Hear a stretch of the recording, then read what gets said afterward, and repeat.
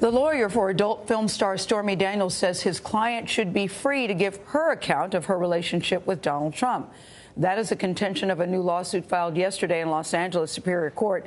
It says that a non-disclosure agreement signed by Daniels, whose real name is Stephanie Clifford, is legally null and void. The suit alleges that since Mr. Trump himself never signed the agreement, Daniels should be free to discuss her, quote, intimate relationship with Mr. Trump back in 2006, and it lasted until 2007. We reached out to the White House, the Trump Organization, and Mr. Trump's lawyer, that's Michael Cohen, for comment on this suit, but have not yet received a response. Stormy Daniels has a new attorney. His name is Michael Avenatti, and he joins us at the table. Michael, thank you for joining us this morning. Good morning. First, before we talk about the lawsuit, why does someone who had a consensual relationship, allegedly, with Donald Trump back in the day, want to discuss it?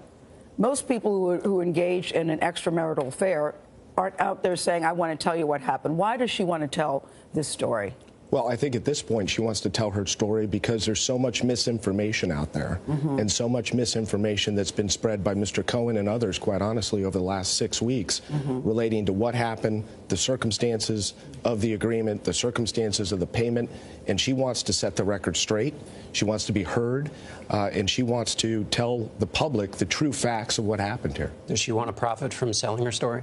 Absolutely not. She'll not be seeking any money for her story in any way? I don't know whether she's going to ultimately seek payment or not. What I do know is she wants the public to know the truth, and she wants to be free of these agreements. The name listed on the NDA, or non-disclosure agreement, is David Dennison. Is that an alias for President Donald Trump? Yes. How do we know that? Well, I know it, and I'm making that assertion. And if I'm false, let Mr. Cohen or Mr. Trump come forward immediately and claim that, in fact, it's not an alias for Donald Trump. It most certainly is an alias for Donald Trump. And to conclude otherwise, you would have to conclude that Mr. Cohen, who represented Mr. Trump at the time, who's admitted to the $130,000 payment, made the payment on behalf of some other party, some other individual that went by that alias. Well, he says that this was a danger to the president. Then candidate Trump. He took care of it with his own money, and that Mr. Trump knew nothing about it. I think it is completely uncredible to assert that, in fact, that happened. You would have to conclude that Mr. Cohen was operating on his own. Mr. Trump knew nothing about it. And, in fact, the drafted agreement had a place for Mr. Trump to sign, multiple places. The idea that somehow Mr. Trump never knew anything about it, I just think strains credibility. Okay, help me understand. Is this a publicity stunt, or do you really think that you can get this NDA thrown out, and why? No, this isn't a publicity stunt. I wouldn't be wasting my time or staking my reputation on it if it was a publicity stunt. We believe the NDA will be tossed out. We believe that it will show that Mr. Trump never signed either document, and therefore she's free to tell her story. But doesn't the NDA say this, Michael, that either David Dennison, which you say is Donald Trump, or his attorney has to sign it, and the attorney did sign it, so that makes the NDA valid? No, in fact, first of all, his attorney did not sign on his behalf. His attorney signed on behalf of the entity that was created in order to funnel the payment to Ms. Daniels.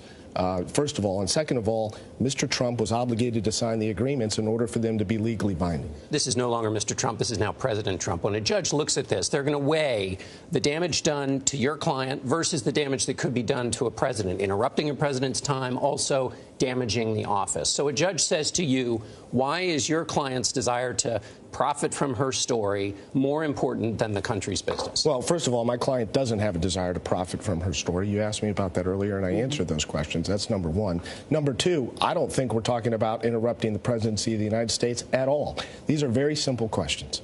Did he sign the agreement?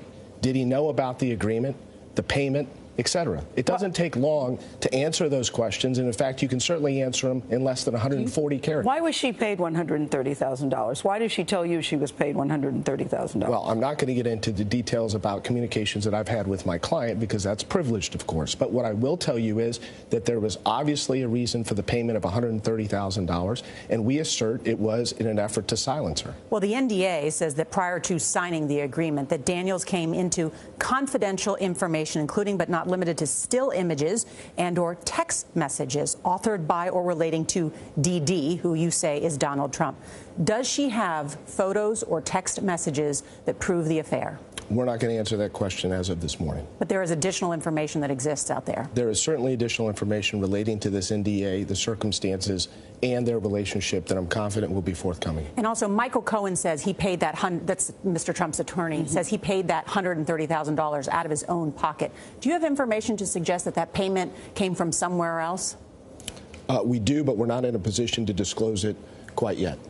Meaning that that money was not from Michael Cohen, the attorney's own sort of source of funds, that it was from someone else? I think I've commented enough on that as of this morning.